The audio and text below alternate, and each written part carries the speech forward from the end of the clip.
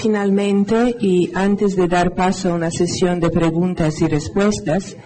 quisiera compartir con ustedes un mensaje enviado por el señor Gilberto Rincón Gallardo, presidente del Consejo Nacional para Prevenir la Discriminación. Amigas y amigos,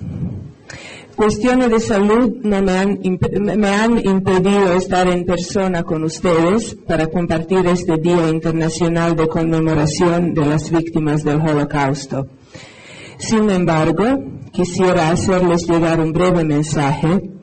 no solo como presidente del Consejo Nacional para Prevenir la Discriminación, sino también como un demócrata convencido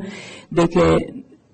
no existirá democracia plena si no logramos erradicar la plaga histórica del antisemitismo y de otras muchas formas de odio racial.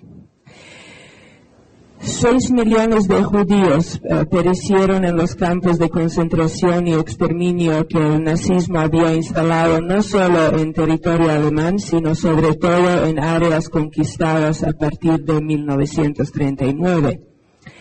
La mayoría de los muertos en estos campos fueron judíos, pero también fueron asesinados presos políticos, comunistas, cristianos,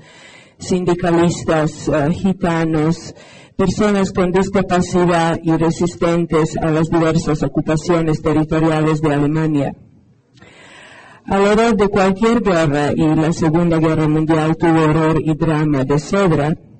el Holocausto agrega la evidencia de la maldad absoluta, del mayor desprecio por la vida de quien es diferente y de la sistematización y tecnificación del crimen masivo basado en los prejuicios negativos y en los estigmas y en la discriminación. Solo en Auschwitz se exterminó a 1.100.000 personas, pero la maquinaria de los campos de concentración y exterminio se extendió por prácticamente toda la Europa conquistada por los nazis, y en el caso de la población judía se alimentó y llevó al extremo esa forma de discriminación que es el antisemitismo. No se trata de especular acerca de la Segunda Guerra Mundial hubiera sido menos brutal y menos bárbara en ausencia del antisemitismo, pues los millones de muertos no judíos de este conflicto exhiben una violencia fuera de todo registro humano anterior y posterior, pero resulta claro que la planificación y conducción política y técnica del Holocausto en el marco de esta guerra solo fue posible por la extensión y aceptación a una cultura discriminatoria contra los judíos de larga data y profunda raigambre social. Así, dentro de la radicalidad de la violencia y el abuso de esta presente en toda guerra, el exterminio de los judíos es un radicalismo particular, irreductible a las razones tradicionales de cualquier guerra, y debe medirse según su lógica propia. En todo caso,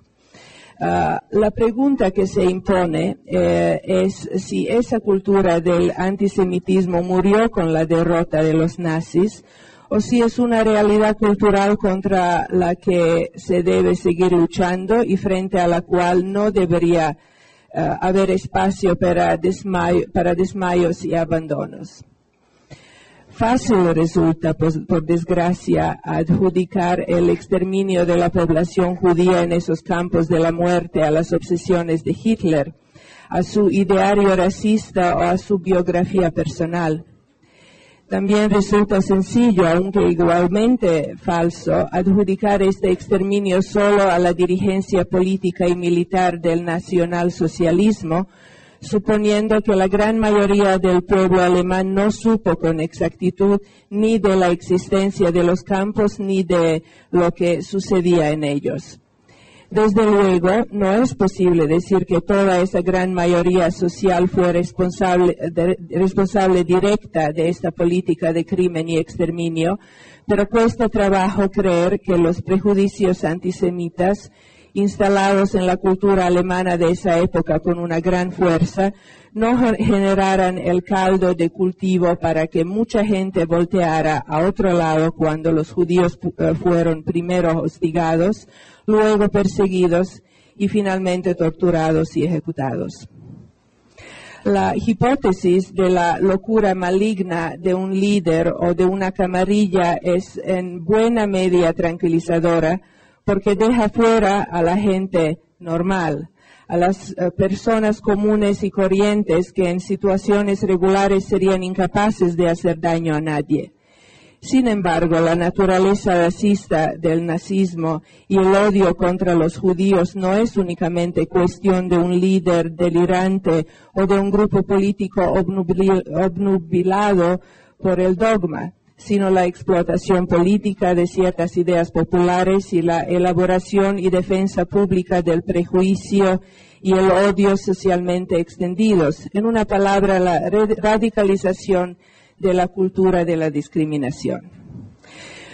Porque discriminación antisemita había y mucha, al menos desde 1935, cuando se proclaman las leyes raciales de Nuremberg, que prohibían a los judíos casarse o tener relaciones sexuales con la población aria. También había ya antisemitismo en abundancia en 1938, cuando entre el 9 y el 10 de noviembre, la célebre Noche de los Cristales Rotos dio el aviso de partida para la persecución de la población judía en Alemania. Con la Segunda Guerra Mundial ya en proceso, esta cultura contra los judíos se manifestó en las primeras deportaciones de judíos hacia el este en el mismo 1939 y con la confinación de los judíos en el gueto de Varsovia en 1940 y las primeras ejecuciones masivas y experimentos científicos con humanos en Auschwitz en 1941. La discriminación, es decir, el desprecio social contra un grupo estigmatizado que pretende limitar sus derechos y oportunidades, no es directamente mortal. Sin embargo, es el estimulante cultural de la exclusión, la segregación y la negación de la humanidad de las víctimas, pues naturaliza su inferioridad, detecta el riesgo que comportan y sobre todo, y esto es caso lo más grave, justifica el daño que se les haga. La discriminación contra la población judía envolvió culturalmente el proceso del Holocausto y ha justificado las negaciones sostenidas por el revisionismo histórico. Por ello, aunque sus autores materiales hayan desaparecido, sabemos que el exterminio sigue siendo una posibilidad de la mentalidad discriminadora.